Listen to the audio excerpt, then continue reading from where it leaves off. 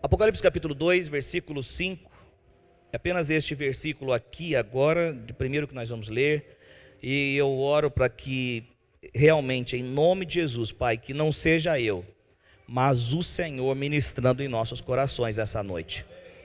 Que o Espírito do Senhor, de sabedoria e de revelação, ilumine o nosso entendimento e que possamos compreender a Tua palavra, aquilo que o Senhor quer nos falar nessa noite. Apocalipse 2,5 diz assim, a palavra de Deus, você encontrou, diga amém. Quantos vão acompanhar aqui também, digam amém. Diz assim: lembre-se de onde caiu, arrependa-se e pratique as obras que praticava no princípio. Eu vou ficar somente com essa parte B, somente com a parte A do verso. Lembre-se de onde caiu, arrependa-se e pratique as obras que praticava no princípio. Vamos ler juntos aqui no 3, 1, 2, 3. Lembre-se de onde caiu, arrependa-se e pratique as obras. Amém, glória a Deus. Então a gente vê aqui uma palavra que o Senhor Jesus disse para um pastor de Éfeso. Se Jesus falou para o pastor de Éfeso, ou seja, um pastor da igreja em Éfeso, ele está dizendo para a igreja de Éfeso. Então Jesus, ele disse isso que você leu, que é: arrependa-se de onde caiu, lembre-se de onde caiu, arrependa-se e pratique as obras que praticava no princípio. Aí, a frase que eu começo aqui, você fique muito atento, mas a frase que eu começo aqui para a gente já caminhar e avançar e ouvir o recado que Deus tem para as nossas vidas, fique muito atento, é o seguinte: se a presença de Deus e as coisas de Deus já não têm o seu interesse, então você precisa de arrependimento. Eu vou repetir aqui: se a presença de Deus, é claro que eu estou falando a você crente, aos crentes em Jesus Cristo, eu digo, se a presença de Deus e as coisas de Deus já não tem o seu interesse, então você precisa de arrependimento. A pergunta que a gente já começa aqui fazendo é: o que é arrependimento? O que será que é arrependimento? Bom, tem crente que ainda está pensando que arrependimento é ficar triste e chorar. Tem crente que ainda está pensando que é isso, que arrependimento é ficar triste e chorar. Uma coisa importante aqui a gente saber que a tristeza e o choro pode até fazer parte do arrependimento. Porém, arrependimento não é só isso. Arrependimento, na verdade, preste muita atenção, arrependimento, na verdade, é uma mudança de pensamento que gera uma mudança de atitude. Arrependimento é uma mudança de pensamento, é uma mudança de mente que gera uma atitude, que produz uma atitude. Para você entender melhor, arrependimento não tem a ver com choro e não tem a ver com tristeza, mas tem a ver com mudança de pensamento, mudança de mentalidade, reprogramação de mente e, consequência disso, é uma nova atitude dessa pessoa. Para a gente entender aqui melhor, para ficar nos mínimos detalhes, que você sabe que eu gosto de fazer nos mínimos detalhes, imaginemos aqui uma mãe que chega para o seu filho. A mãe, antes de sair para o emprego, antes de sair para o trabalho, ela fala para o seu menino, fala assim: ó, eu deixei algumas moedas e você compra pão, com essas moedas você compra pão para você e para o seu irmãozinho mais novo. A mãe então deixa aquelas moedas e a mãe vai para o trabalho.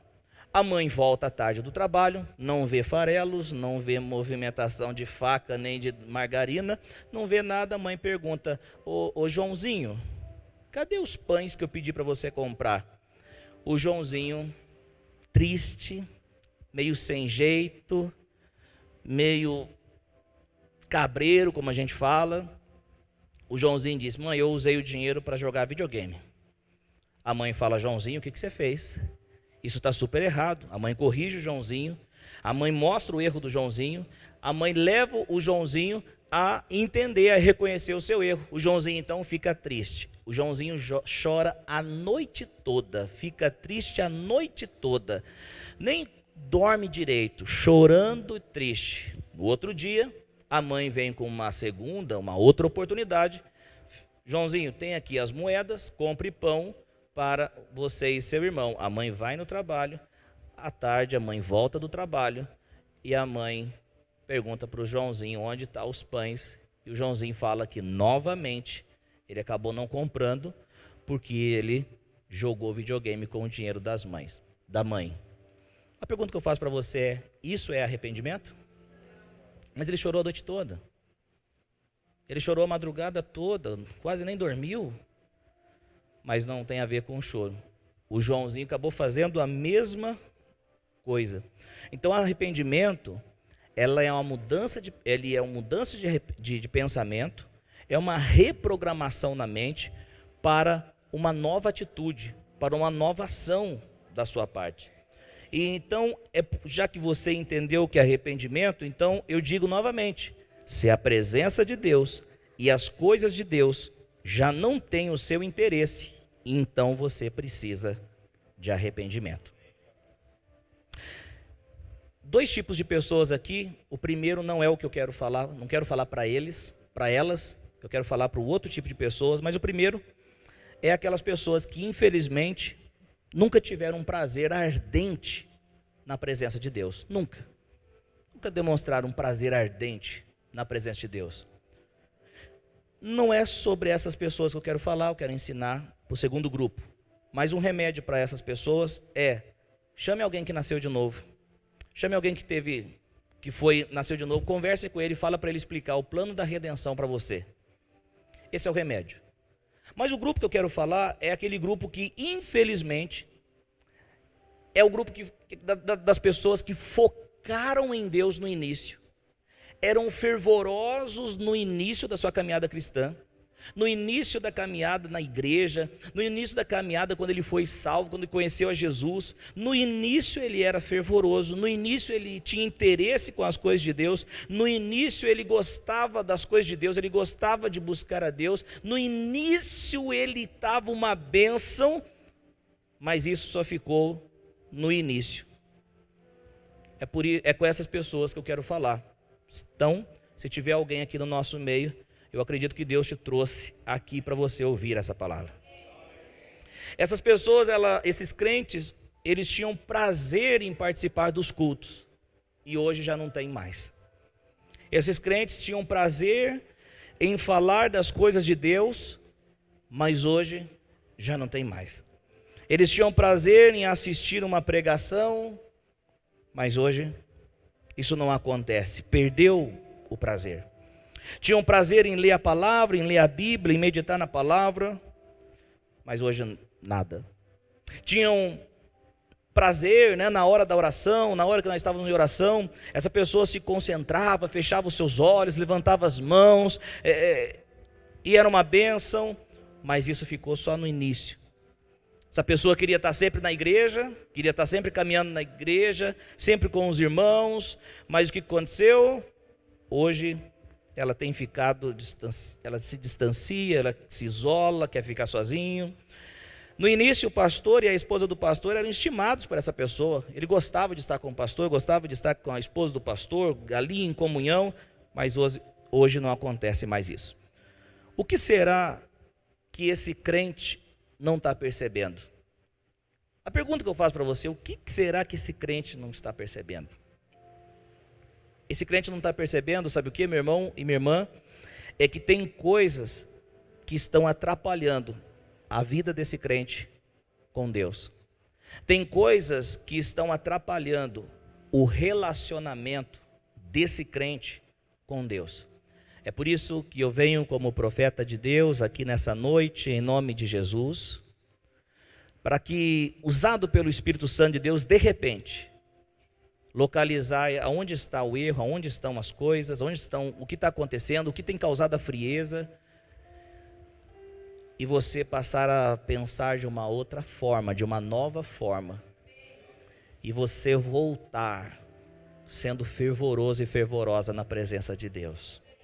Porque eu vou te falar, não tem coisa melhor do que estar, você vai entender o que eu quero dizer, apaixonado por Jesus. Não tem coisa melhor de estar caminhando com Jesus, avançando com Jesus. Deus te trouxe aqui por causa disso, para a glória de Cristo, para ouvir essa palavra. Então o que acontece? Preste bem atenção, tem coisas que estão atrapalhando a vida desse crente. Agora escute uma coisa, preste bem atenção nisso. Você é o líder de você mesmo. Todos nós somos líderes. Se todos nós somos líderes, quem serão os liderados, pastor? Todos nós somos líderes de nós mesmos. Você é líder de você mesmo. Por isso, é você que precisa cuidar para que você não leve uma vida cristã distraída. É você que precisa cuidar. O que a gente faz como pastor, às vezes é te dar um toque. E não espere eu chegar pessoalmente te dar um toque. Às vezes os toques que nós estamos dando são toques que Deus tem tocado no nosso coração para falar com as pessoas. Tem muita gente que fala, eu preciso muito de conselho. Então se você acha que você precisa muito de conselho, então venha muito para os cultos, porque a cada culto, a cada reunião, a cada palavra, a cada pregação, há conselhos de Deus para as nossas vidas. Então, é você que é o líder de você mesmo, e é você que tem que cuidar para que você não fique distraído. Isto é, a responsabilidade de ver o que está te atrapalhando no relacionamento com Deus é tua. Agora eu quero ver, tem que ser homem, tem que ser mulher de verdade, bate no peito assim, diga, a responsabilidade é minha. A responsabilidade de saber o que está atrapalhando o seu relacionamento com Deus é tua. É você que tem que saber. E mais, a responsabilidade de ver se você está tirando tempo com Deus também é tua. Não tem como a gente, como pastor, ficar falando, e aí, tirou tempo com Deus? E aí, como que vai? Quanto tempo você está tirando com Deus? E aí, está tendo tempo com qualidade com Deus? Ou, e aí, o que você está fazendo? Está indo tudo bem? Pastor não é fiscal de ninguém. Nós não fomos chamados para fiscalizar, nós somos chamados para pastorear. E pastorear tem a ver com ensinar também. Pastorear tem a ver com cuidar também. Cadê o cuidado, pastor? Está aqui o cuidado de Deus para a sua vida. Agora, escute isso. Escute uma coisa aqui. Se você acha que a vida espiritual é como um filhinho de papai que vive irresponsavelmente e recebe tudo na mão, você está muito enganado. Na época, quando eu era jovem, tinha muito essa questão de filhinho do papai, fulano é filhinho do papai. Então o que a gente entende de filhinho do papai é aquele que recebe tudo na mão. Vive uma vida irresponsável, não faz nada, não corre atrás de nada, não tem responsabilidade com nada e está tudo na mão. Se você acha que a vida cristã é uma vida nesse sentido de filhinho de papai, você está muito enganado. Nós temos responsabilidades na nossa vida cristã. E a nossa vida cristã, ou seja, a nossa vida espiritual, ela deve ser vivida com zelo, paixão e responsabilidade. A nossa vida espiritual, ela precisa ser vivida com zelo, paixão e responsabilidade. Diga comigo, zelo. Só crente agora, diga comigo, zelo. Paixão e responsabilidade. Em Romanos capítulo 12, versículo 11, eu quero ler com você aqui, preste muita atenção. Quantos estão recebendo a palavra de Deus nessa noite? Romanos 12, 11 diz assim: nunca lhes falte o zelo, sejam fervorosos no espírito, sirvam ao Senhor. Olha o que o texto diz. Nunca tem que faltar, não pode faltar o zelo na sua vida, o cuidado na sua vida. Sejam fervorosos no espírito, ou seja, viva a sua vida com Deus intensamente. Ai meu Deus do céu, posso falar tudo ou não? Cuidado com aqueles que não estão vivendo fervorosamente, mas veem você vivendo fervorosamente e quer falar mal de você vivendo fervorosamente para te esfriar. Quantos estão aí? Quantos estão pegando essa? Tome cuidado com quem você caminha, com quem você anda, porque talvez você vai caminhar com alguém, que esse alguém vai dizer o seguinte: rapaz, eu já sou crente há muito tempo, e esse entusiasmo seu aí, não é assim não, viu? 3 aninhos, você já vê que a vida cristã não é isso aí. Esse entusiasmo todo não é por aí não. Cuidado com esses conselhos, amém? Ouça o meu conselho, desde 2008 eu tenho caminhado com Deus e para a glória de Cristo, com muito entusiasmo para a glória de Cristo Jesus. Então é possível ficar 15, 3, 4, 5, 6, 7, 8, 10, 15 anos caminhando em entusiasmo com Cristo Jesus, com paixão em Cristo Jesus. Ouça o sábio e seja sábio, ande com o sábio e seja sábio. Você chega na pessoa, no seu amigo: rapaz, olha, a reunião foi abençoada, hein? Rapaz, mas ele foi frustrado um dia lá no passado, foi frustrado por alguma liderança, se frustrou com a igreja, se frustrou com alguma coisa, e ele diz o quê? Foi uma bênção a reunião de domingo, tem sido, fogo de Jeová, aleluia, glória a Deus. Aí ele olha e fala: rapaz, você não sabe de nada, você está muito fanático. Cuidado com o que você escuta, você tem que ficar atento. Às vezes a frieza geral quer te esfriar. Em nome de Jesus, não deixe com que a frieza geral te esfrie. Permaneça quente, permaneça avançando, permaneça caminhando, permaneça. Você não percebe que Satanás ele quer trabalhar para que você tire o pé do acelerador? Você está entendendo o pé do acelerador aqui? Satanás quer trabalhar para que você tire o pé do acelerador. Deixa eu falar, não tire o pé, continue indo, até voar em nome de Jesus. E fique voando. Pastor, você não sabe os ventos contrários que vêm na minha vida. Só lembrando que quando eu soltava pipa, quando eu era garotão, a pipa subia com ventos contrários.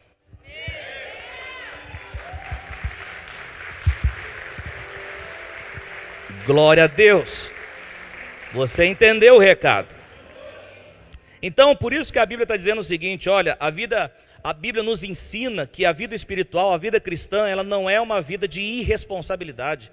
Não é uma vida que eu vivo de qualquer maneira, de qualquer jeito, sem disciplina, e eu vivo de qualquer maneira, eu cruzo os braços e vai cair do céu. A única coisa que eu lembro que caiu do céu foi o maná e Satanás.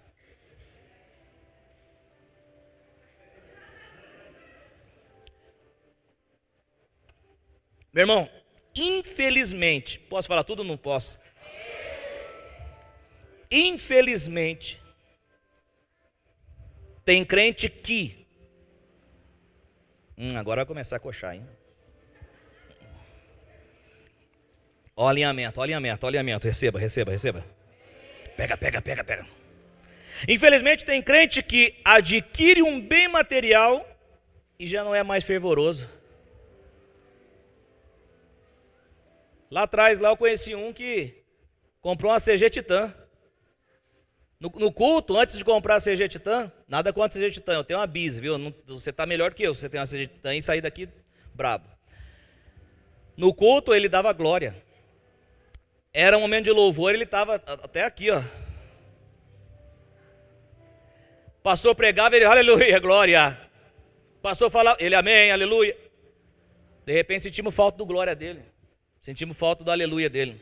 Não estava mais na igreja. Saiu por causa de uma CG Titan. Seja CG Titan ou seja uma BMW. Bem material não pode atrapalhar no seu relacionamento com Deus. Você está entendendo o que eu estou falando? Porque para o dono do ouro e da prata, uma bis, ou uma CG Titan ou uma BMW, o que isso muda para ele? Nada.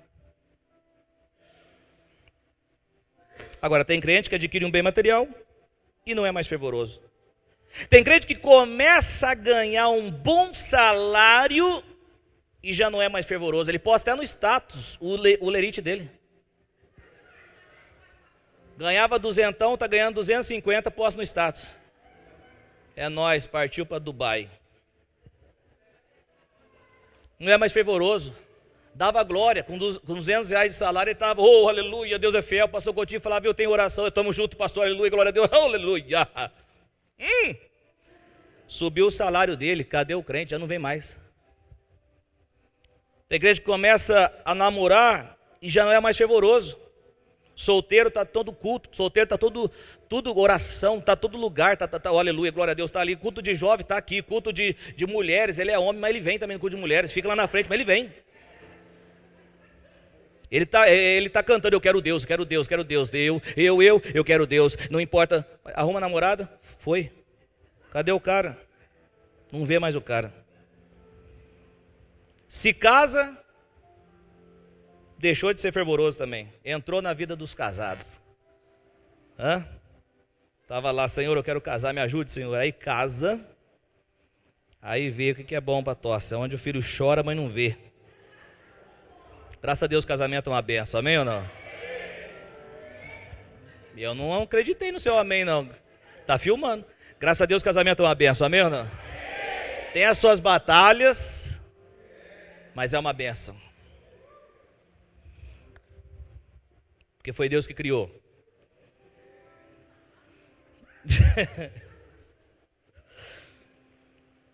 O pastor, rapaz, não sei se eu falo isso aqui não. Felizmente tem crente que o pastor coloca ele de obreiro, já não é fervoroso mais não. Já era, antes de ser obreiro ele estava aqui, ó, aleluia. Marchava, entrava na igreja marchando, nada. O pastor colocou de obreiro, agora você vai ser de obreiro. Ele esfriou. Eu repito uma coisa, escute, se a presença de Deus e as coisas de Deus já não têm o seu interesse, então você precisa de arrependimento. E esta é a noite de arrependimento. Essa é a noite de voltar a praticar as obras do início. Essa é a noite de voltar a chorar, abrir o coração e a chorar na presença de Deus. Essa é a noite de buscar a Deus. Talvez você não chorava, talvez você ria no início, mas essa é a noite de você voltar a rir, a se alegrar na presença de Deus. Essa é a noite de pessoas que nunca foram, passarem a ser apaixonados por Jesus. Glória a Deus, Jesus é fiel. Glória a Deus. Agora, pastor, o que eu preciso fazer? O que eu preciso fazer se esse é o meu caso? A frieza tomou conta. A frieza pegou. Eu estava animado, agora não estou mais. Eu servia a Deus com entusiasmo, agora não estou servindo mais. O que está acontecendo? E eu quero dar aqui algumas dicas para você. Se você quiser anotar no seu coração, anote. Preste muita atenção nessa dica. A primeira coisa, crente, examine a si mesmo.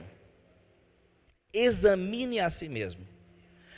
Muitas pessoas têm o problema de ficar examinando o outro.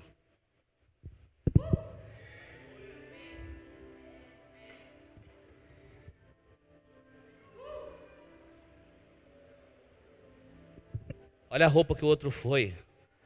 Olha o que o outro está fazendo. Olha, examine a si mesmo. Teve uma mulher que sempre falava mal da vizinha.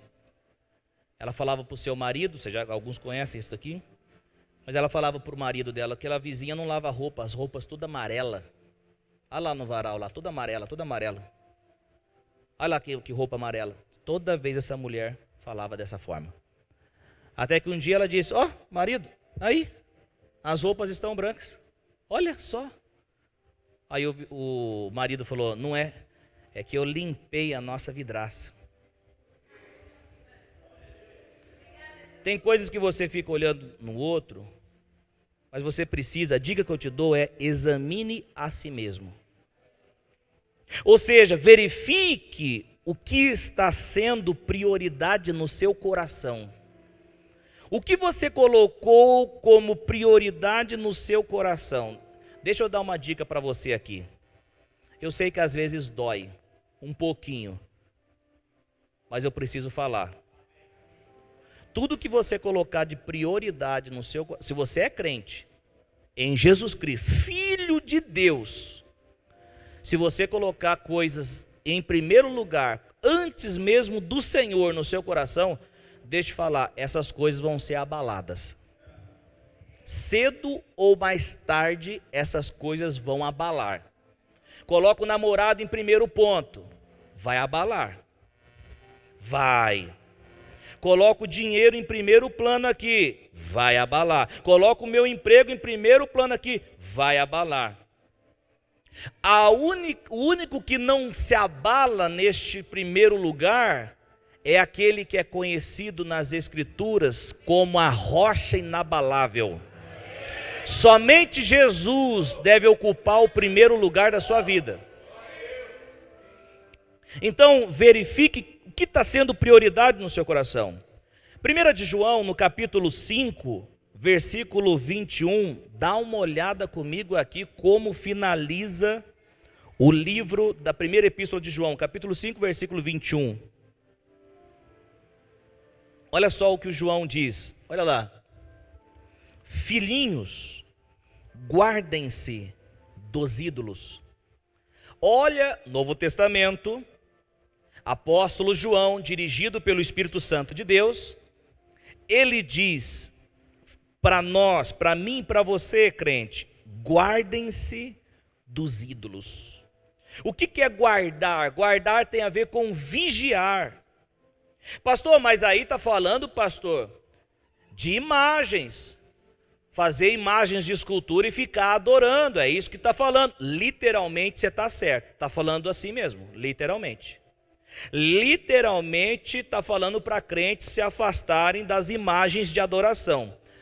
Porém, de modo simbólico, o crente também, ele deve vigiar para que ídolos não tomem o seu coração. Sabe o que significa isso? Sabe o que significa isso? Se algo está te atrapalhando em sua comunhão com Deus, tem um potencial enorme de ser um ídolo. Um ídolo, o que João está falando, é uma imagem de escultura, literalmente, mas de modo simbólico, pode ser algo que está ocupando o seu coração. Talvez, uma pergunta que eu faço para você aqui, futebol é errado, é pecado, jogar bola? Nem um pouco, absolutamente nenhum. Mas se o futebol se torna minha paixão, eu esqueço as coisas de Deus, começo a pensar só em futebol, brigo com os outros por causa de futebol. Eu estou citando um exemplo só de futebol, porque eu gosto muito de futebol. Eu só estou citando um exemplo, mas se isso toma o meu coração, o futebol se tornou um ídolo no meu coração. Quantos estão entendendo aqui? Digo amém. O que a Bíblia está dizendo? Guardem-se dos ídolos. Cuide, vigie, para que os ídolos não tomem o seu coração. Vigie, tome cuidado. Mas isso é uma responsabilidade sua, fazer o quê? É uma responsabilidade sua verificar, analisar. Esse é o primeiro ponto. Analise se tem alguma coisa que está tomando o primeiro lugar no seu coração. O crente que trabalha tanto e não tem mais tempo para Deus e nem para a sua família, também tem que tomar cuidado para que isso não se torne um ídolo. O cara trabalha tanto, trabalha 12, 14, 16, 18, 20 horas. E 20 horas não tem tempo para a família, não tem tempo para a esposa, não tem tempo para o esposo, não tem tempo para o filho, não tem tempo para a igreja, não tem tempo para nada. Ele trabalha, está que nem o mantle, medalha. Ele quer medalha, ele quer dinheiro, ele quer o salário, ele quer... E aí? Hã? Pastor, e se eu quiser seguir assim, pastor? Eu já estou pregando justamente para te poupar de tristezas lá no futuro. Porque quando o crente muda a receita muda a ordem da receita, altera os valores, esse crente vai sofrer. Quantos estão ouvindo aqui? Não se movimentem não, fiquem atentos aqui. Se muda a receita, se muda a ordem das coisas, isso vai causar um problemão lá na frente. E eu estou aqui como profeta de Deus para dizer o seguinte, olha...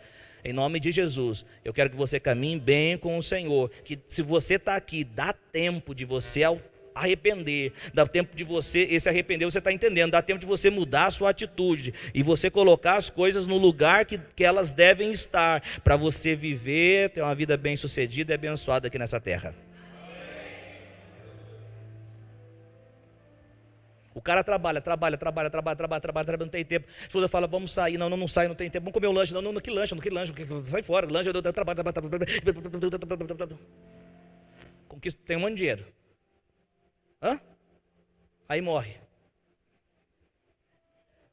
Aí o outro vai e desfruta do dinheiro que você guardou. Ah, isso não acontece não, pastor. Hã? Deixa eu te falar, a prosperidade é você desfrutar aquilo que Deus colocou na sua mão. A bênção do Senhor enriquece, mas não acrescenta dores. Ela não acrescenta dores. Examine aí, meu irmão. Olha para quem está do teu lado e fala aqui, ó, examine aí, examine aí. Examine a si mesmo. O crente que está tão apegado no jogo de videogame ou no jogo de computador que não tem nem tempo mais de vir na igreja. Vai queimar esse computador aí. Pastor Coutinho profetizou que meu computador ia queimar. Olha aqui. Quem tem mais valor, o computador ou você? Quem Deus quer salvar, o computador ou você?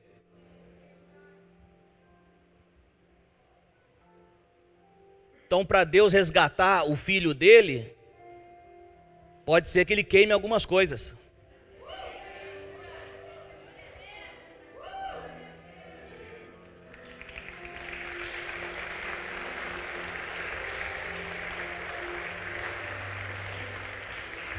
Não, pastor, pastor está errado, pastor. Nós temos tempo da graça, na graça, pastor. Nós estamos na graça.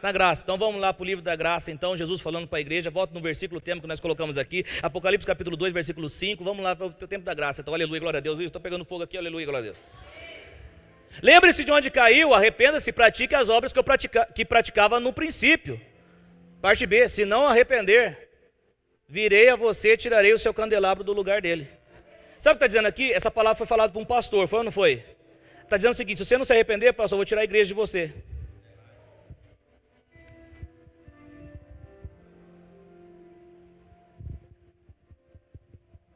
Você tem muito mais valor do que as coisas. Por isso tem algumas amizades que Deus, ó.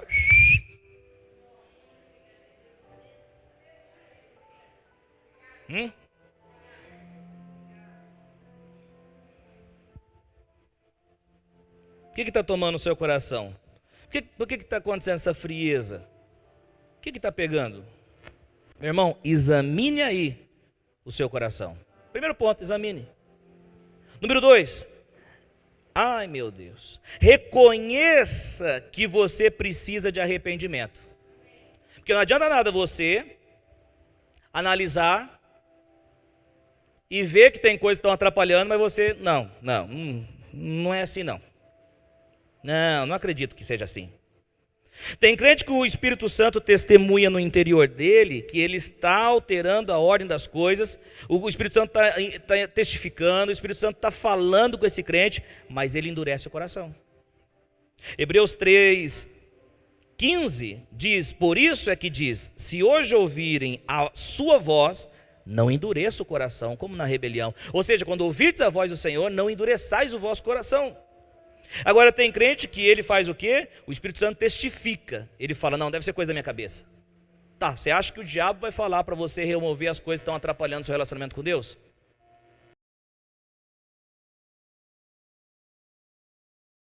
Quando o Espírito Santo fala e o crente resiste, aí o que acontece? No caso dos homens, a esposa dá dicas para ele, mas ele discute com a esposa, porque ele não reconhece. A esposa está dizendo, homem, você está caminhando, não é por aí. Aqui não é por aí. Não é assim não. A esposa está sendo instrumento de Deus. Mas ele, quantos estão aí? O marido está sendo instrumento de Deus. Estou falando para você assim, esposa, é por aqui. Mas ela não reconhece. O pastor está sendo usado na pregação, mas a pessoa discorda. Não acho que é bem assim não. Ou seja, você precisa examinar a si mesmo. E você precisa fazer o quê? Você precisa reconhecer que precisa de mudança, que precisa remover coisas do seu coração. Número 3, convide o Espírito Santo para te ajudar. Se você primeiro examina a si mesmo, depois você reconhece que você precisa de mudança, o que acontece? Não tenta mudar sozinho. Você não está sozinho nessa caminhada cristã. Você tem o Espírito Santo, que é o ajudador. O que você tem que fazer nesse terceiro passo aqui? Convide o Espírito Santo para te ajudar a mudar. 1 de João, capítulo 5, versículo 4, diz assim: esta é a confiança que temos ao nos aproximarmos de Deus. Qual é a confiança que nós temos? Se pedirmos alguma coisa de acordo com a sua vontade, Ele nos ouve. Se pedirmos alguma coisa de acordo com a sua vontade, Ele nos ouve. Então, se a vontade de Deus é fazer com que meu coração tenha Cristo em primeiro lugar, se a vontade de Deus é que eu viva uma vida apaixonada, cristã, a vontade de Deus é que eu viva uma vida cristã, uma vida espiritual com responsabilidade, com fervor, com zelo, se a vontade de Deus é essa, e eu peço para Deus me ajudar para viver essa vida, então é assim que vai acontecer. Ele vai nos ajudar. Glória a Deus.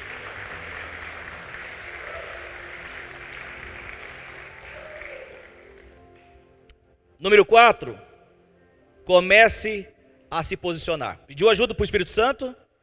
Comece a se posicionar. O que é isso, pastor?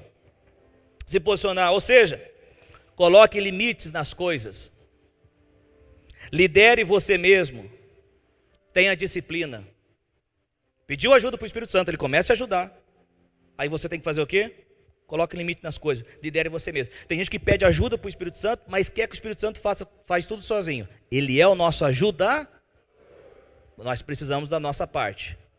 Como? Posicione. Comece a se liderar. Comece a ter disciplina. Olha só o que diz um livro, segunda epístola a Timóteo, capítulo 1, versículo 7. Segunda epístola a Timóteo, capítulo 1, versículo 7, diz assim: pois Deus não nos deu um espírito de covardia. Já era para você ter dado glória já. Já era para você ter dado aleluia já. Pois Deus não nos deu um espírito de covardia, mas de poder, de amor e de equilíbrio. Deus colocou no crente, não no momento que ele foi batizado com o Espírito Santo falando língua, não, Deus colocou no crente quando ele foi salvo, um espírito que não é um espírito de covardia, mas é um espírito de poder, de amor e de equilíbrio. O que isso significa? A palavra grega aqui para equilíbrio significa chamado à estabilidade de mente, à moderação, a autocontrole. Estabilidade de mente, alguém que está com a sua mente estável, uma mente tem autocontrole, ele não vive uma vida cristã descontrolada. O Espírito Santo nos ajuda a viver uma vida no controle. Quem está entendendo isso? Você tem um Espírito Santo dentro de você que te ajuda a viver uma vida estável e moderada. Quando você vive uma vida cristã estável e moderada, você sempre estará com a chama queimando dentro de você. Em nome de Jesus, que você saia daqui com a chama queimando dentro de você. Eu vou repetir isso. Quando você vive uma vida cristã estável e moderada, você sempre estará com a chama queimando dentro de você. É por isso que esse versículo aí, o 7, ele diz: pois Deus não nos deu um espírito de covardia, mas de poder, de amor e de autocontrole, de disciplina.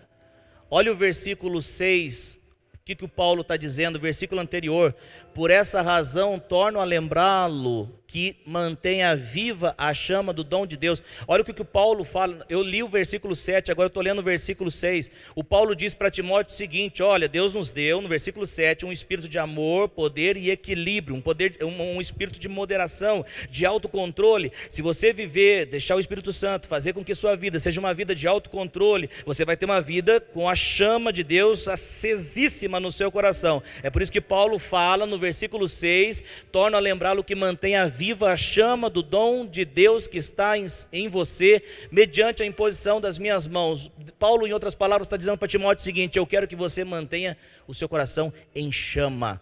E não tem como viver em coração em chama se tiver coisas que nos atrapalham com o relacionamento com Deus. Em nome de Jesus, tudo aquilo que tem te atrapalhado, tudo aquilo que tem te esfriado, tudo aquilo que tem feito você ficar distante, isolado, que você hoje mude, se posicione, se arrependa, ou seja, reprograme a sua mente, começa a fazer diferente as coisas para que a chama volte a queimar no seu coração, em nome de Jesus. Eu vejo pelos olhos da fé você fervoroso na caminhada com Deus. Eu vejo pelos olhos da fé os ministérios acontecendo na sua vida. Eu vejo pelos olhos da fé você voltando a ser usado, instrumento de Deus nessa terra. Eu vejo pelos olhos da fé os dons que estavam empoeirados, você agora soprando essas poeiras agora e voltando a ser fervoroso na presença de Deus. Eu vejo pelos olhos da fé você não parando com nada, por nada, não, você avançando, porque aquele que começou a boa obra é fiel para completá-la. Fique em pé. Oh, aleluia. Oh, aleluia. Mantenha viva a chama que está dentro de você.